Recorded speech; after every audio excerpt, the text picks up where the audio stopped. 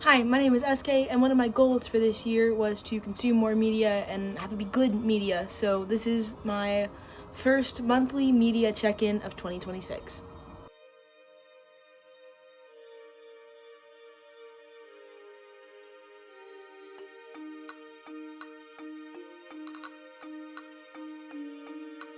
So I have three little categories, I guess, that I'm going to talk about. I have the books I read and the movies I watched. That media I kind of consumed. I have crafting that I did this month, like journaling, scrapbooking, any additional things. This also includes baking because I love baking and I'm trying to get back into it.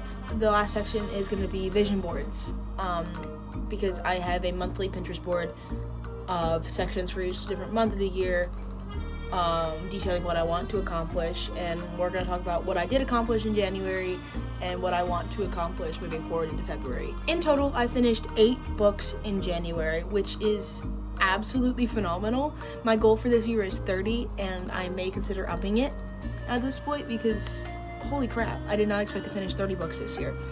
I only have 6 with me right now. The other 2, one was a ebook and the other one was is currently being borrowed by my best friend. The ebook I read was the short story I Have No Mouth and I Must Scream by Harlan Ellison. Holy crap. That short story is absolutely bone-chilling. I rated it 4 stars. It's literally only 12 pages. I read that because I really love The Amazing Digital Circus.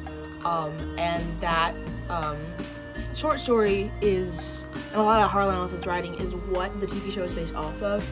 And it's just absolutely bone-chilling. It was so thrilling. It had made me think of a lot of different theories for where the last couple of episodes of Amazing Digital Circus is gonna go, and I'm so excited. Next, I read, well, you already know I've talked about this book so much. I finished Martyr this January, and I had started this last year already, but I'm counting it as a 2026 read because Fable is. Oh my gosh. This book is literally like one of my favorite books of all time. This was my first official read of 2026. This is my first 5-star of 2026. This book is everything I wanted in a novel. It is so beautiful. This was also the first book I annotated this year. It is just amazing. Genuinely, I recommend this to everybody ever. Please read this book. It is phenomenal. Next, do I go in chronological order? Do I care that much? Yeah, why not? Things We Do Not Tell the People We Love by Huma Qureshi is a collection of short stories. It is so poignant. It is so beautiful. It is so, like, the way I described it in my journal was so unmistakably human. And just, like, it is so honest. It is so raw. And it's just beautiful. It's only 180 pages. I finished it in a night. It was so good. I recommend it to anybody who needs to get out of a reading slump. It's fast-paced, but it's so tender and it's so emotional. And all the stories are so unique in their own ways. And I love it. Next, I read, Cleopatra and Frankenstein by Coco Mellors is probably one of my favorite books. I rated this one 4.5 stars.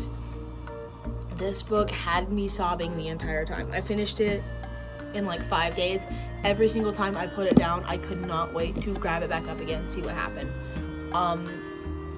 I hated Frank with everything in my heart. And I loved Cleo with everything in my heart. And I think that is why I loved the book so much, is that these people felt so real to me. That they felt like people I knew personally, even. They felt so real and they felt so emotional.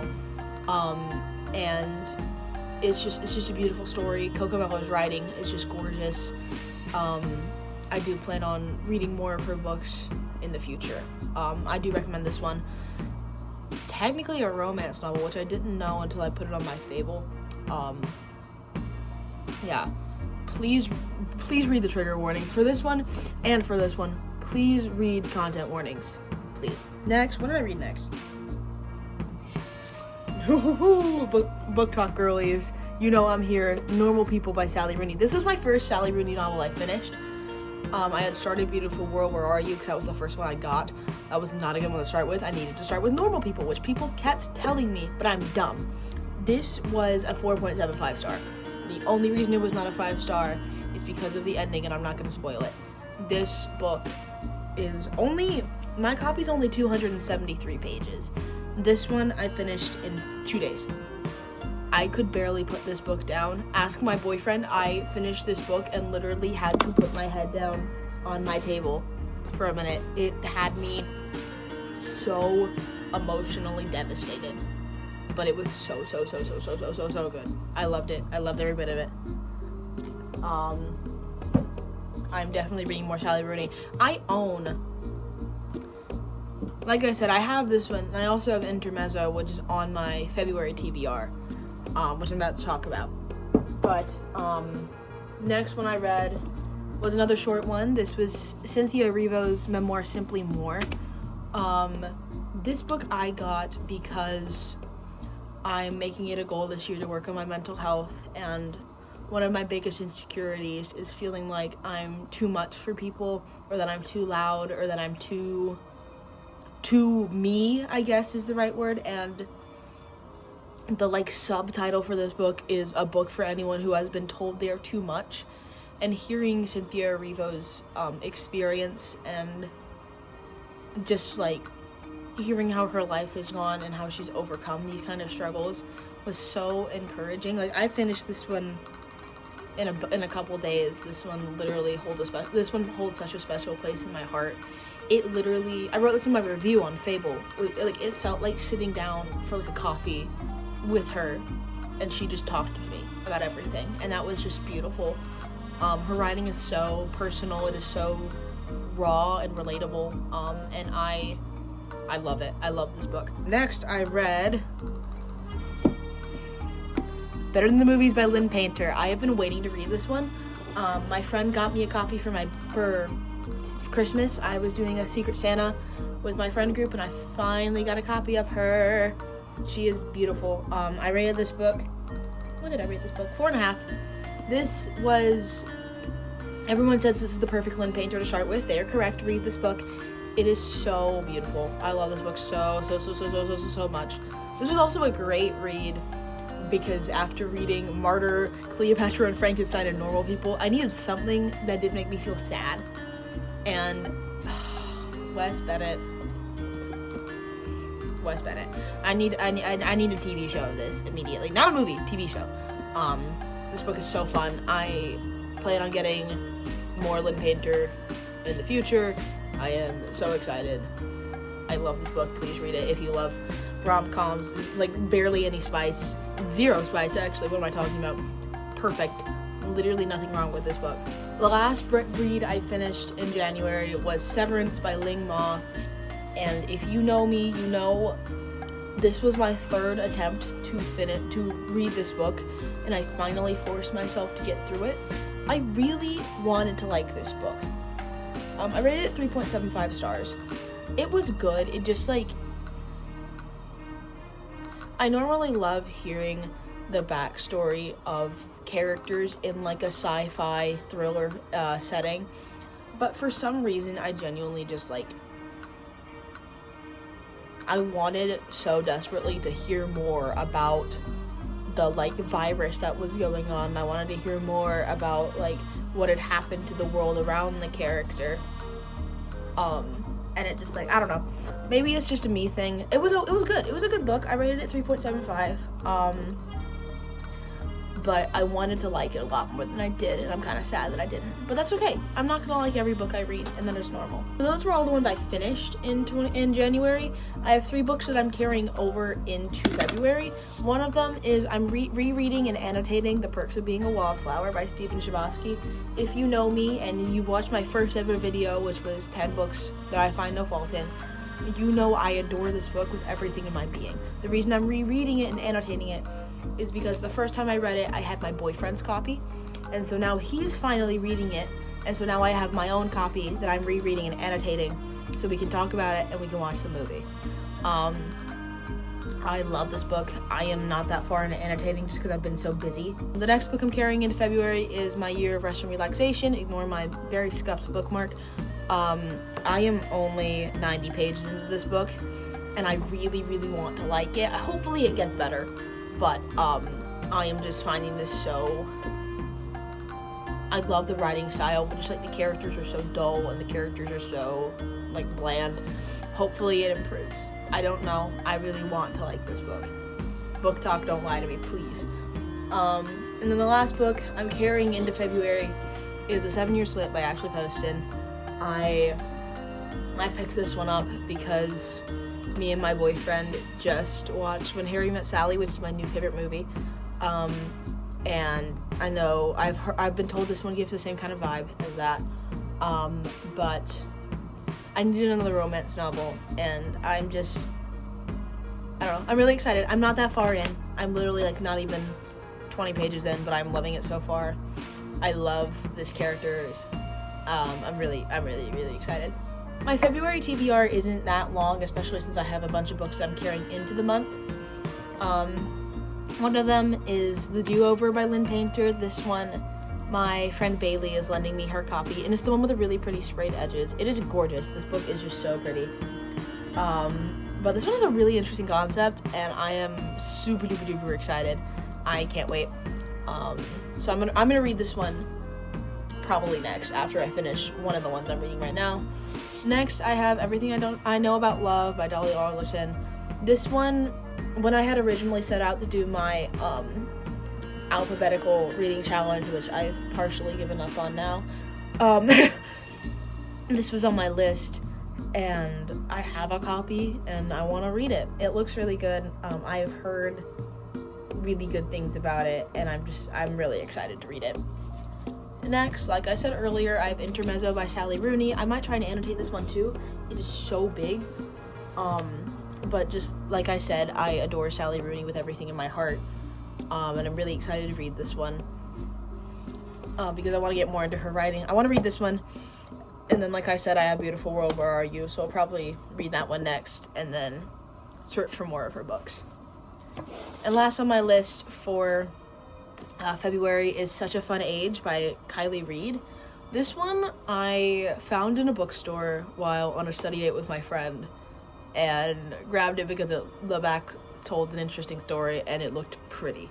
I am just a girl. This book looks really interesting. It is a Goodreads Choice Award winner, and I'm really excited to read it. This seems like the kind of like genre and vibe I don't really go for normally, so I'm excited. So for movies, I have 6 on my list on my Letterboxd diary. Go follow me on Letterboxd. I'll link my profile in the description. Most of these were rewatches. Well, it's 5 movies, and then the first one is the Stranger Things finale, which I feel like a fake fan watching because I'm not that invested in Stranger Things and I haven't really finished the other seasons. Don't come at me. But me and my friends watched it at a New Year's party, and I rated it 3 stars, and it was just like, I don't know. The farther I liked it when I watched it, and then the farther away from the ending I've gotten, the less I've liked it. It just, I don't know. The more I also learn about the Duffer Brothers and the process of writing the finale, which wasn't even writing, it was AI generating, it just felt lazy, and it felt like a disservice to a fandom and community that has been building for 10 years, and it's become something that's a huge part of pop culture. So I rated it 3 stars. I mean, it was okay. Next, me and my boyfriend watched The Fabelmans, which is a like semi-autobiographical Steven Spielberg movie. I rated this one 4.5 stars. I loved this movie. It was so touching and just like, it made me feel good watching it. Shout out to my boyfriend, because a lot of the soundtrack is like piano pieces, because the main character's mom played piano and I play piano, and so there are probably about 10 times I shouted, "Oh my god, I've played this song before," to my boyfriend who was sitting beside me and put up with me. So shout out to my boyfriend. Next, we watched When Harry Met Sally, which is now one of my favorite rom-coms of all time. I rated it 5 stars. Don't come at me, this is one of the greatest films of all time. It is so beautiful, and there's literally no words to describe it. I love it. Next on my list, we have the 2004 masterpiece known as Shark Tale. I rated this one 5 stars, and my review is just much better than The Godfather. This one's just a bit because my boyfriend hates Shark Tale. I love Shark Tale. Do not come at me. I freaking love this movie. And I just watched it because I wanted to watch it again and for the bit. I love this movie. No words. Where's its Oscar? Anyways. Next, the last two were both last night with my boyfriend. I made him watch 10 Things I Hate About You, which is my favorite rom-com. Second only maybe to When Harry Met Sally now. He loved it, which I'm glad. He rated it 4.5 stars. I rated it 5 stars because I also have good memories attached to this movie. One, I watched it with my boyfriend. Two, the first time I watched it, I was with my best friend. And we watched it together, and it was super fun. So I also just, like, have an emotional attachment to this movie. But yeah, so then the last one I watched was Raising Arizona. This movie is my brother's favorite movie of all time, I think, or at least one of them. I didn't like it as a child because I was a contrary child, and anything that my brother liked, I was like, well, I can't like it because he's a boy and he's stinky, which, like, fair, you go, girl. But this movie is just crazy. The directors said that they wanted it to feel like a live-action Looney Tunes episode, and that's exactly the vibe they're going for. That's exactly the vibe they achieved. But I liked it. It's funny. It's really, really funny. It's one of my boyfriend's favorite movies, and I love the movie. So yeah, that's the media. I really don't watch TV that much. I normally read or I watch YouTube. I watch my silly little Minecraft YouTubers, or I watch video essays. So I'm not that big of a TV movie person unless, like, I'm with a friend or with my boyfriend watching movies. So yeah. Next we have the section where I get to talk about my journals and my punch cards. These punch cards I made with my best friends, Cambry and Ensley. We made these together for a girls' night. Sorry. I have made some progress on them. I've also made them a little wrong because my hole punch can't reach all the holes. So, first one, hang out with friends. I've gotten 5 punches on these. I have 5 left, and my reward is to have a movie night with my boyfriend, which I'm really excited for. I have tried something new, which unfortunately has had no crosses off yet. I need to work on that. It's just like I live in such a routine of my life, and I do the same things over and over again. That's not an excuse. I need to try something new, and I plan on doing so. Well, technically, yeah, no, I lied. I'm gonna count it because me and my friends always go to trivia on Tuesday nights, and we went to a new place the other day. So I'm counting that as a new experience. And we got 3rd place too, so boom. Take that. Literally just one. Next, I have my read 10 books, which I really have 8? Yeah, what am I talking about? I literally said I've read 8 books this year earlier today. So I have 8. I need 2 more, and my reward is Barnes & Noble trip, which I may be getting either way because me and my grandma are supposed to be going this weekend, which I'm so excited. Anyways, my next one is cook or bake something new. I have 1 tick on it so far. I am probably going to get another tick on it today because I have funfetti cookie bars that I'm making for my friend John's birthday. But yeah, the only other recipe I've made is Earl Grey cookies, which are one of my new favorite recipes. My boyfriend's mom loved them. They were so yummy. I love those. I would like eat the entire tray of them. And my last one is passing tests or quizzes. I haven't really had that many quizzes since I made these, so I only have 1 checked off. I have to take a biology quiz tomorrow, so that's when I'll check that one off.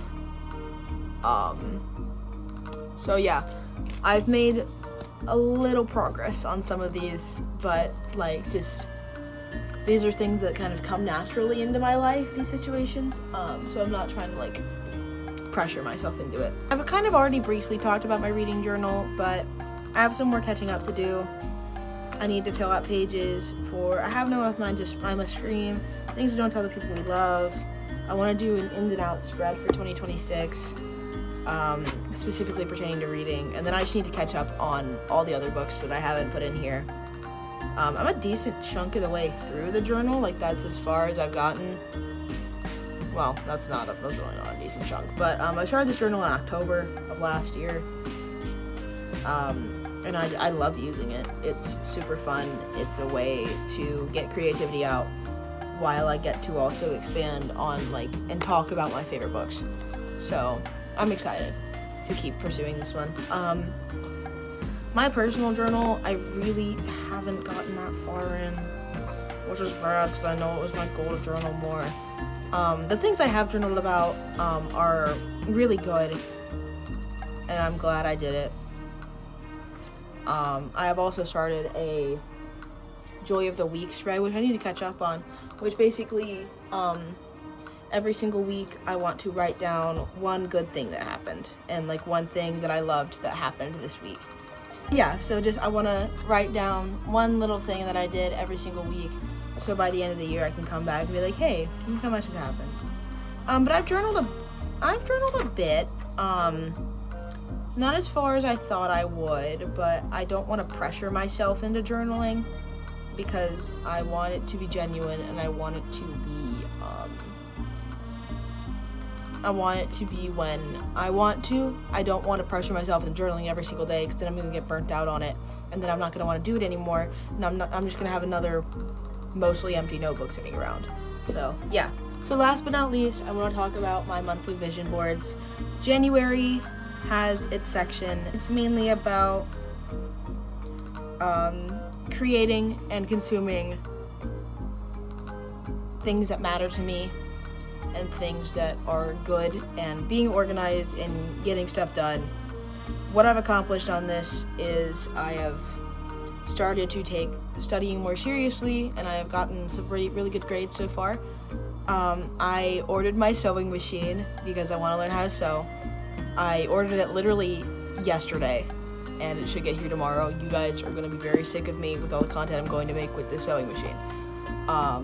That's something I checked off on that vision board. I've read more, I've baked more, I've saved money. I have accomplished a lot, and I'm really proud of myself for that. So next we have my February vision board, which I'm not fully done yet with, which is bad because February starts tomorrow. So what is on here is just like mainly self-love and like relationship things, more content creating. I want to make it a priority this month, and I want to really pursue it. Learning to sew and falling back in love with my personal style, because I feel like I've hated it for so long, and just like finding what works for me. And I think also learning to sew will also help with that, because I can alter clothes that don't really fit anymore. I can make clothes when I want something and I don't want to have to go buy it. I can just get fabric. But yeah, I'm excited for this month. It's going to be a good month, and I am focusing on growing and learning and loving. That is what I consumed in January and what I plan to consume going forward into February. Thank you so much for watching. I am so excited to keep making content throughout the year. I am determined to make it a priority this year. It is going to be something that I do, and it's going to be something that I do well. I'm telling you guys that as much as I'm telling myself that, so. I hope you will check out my other socials. I hope you will continue to just put up with my nonsense. Thank you so much, and I will see you soon. Bye, guys.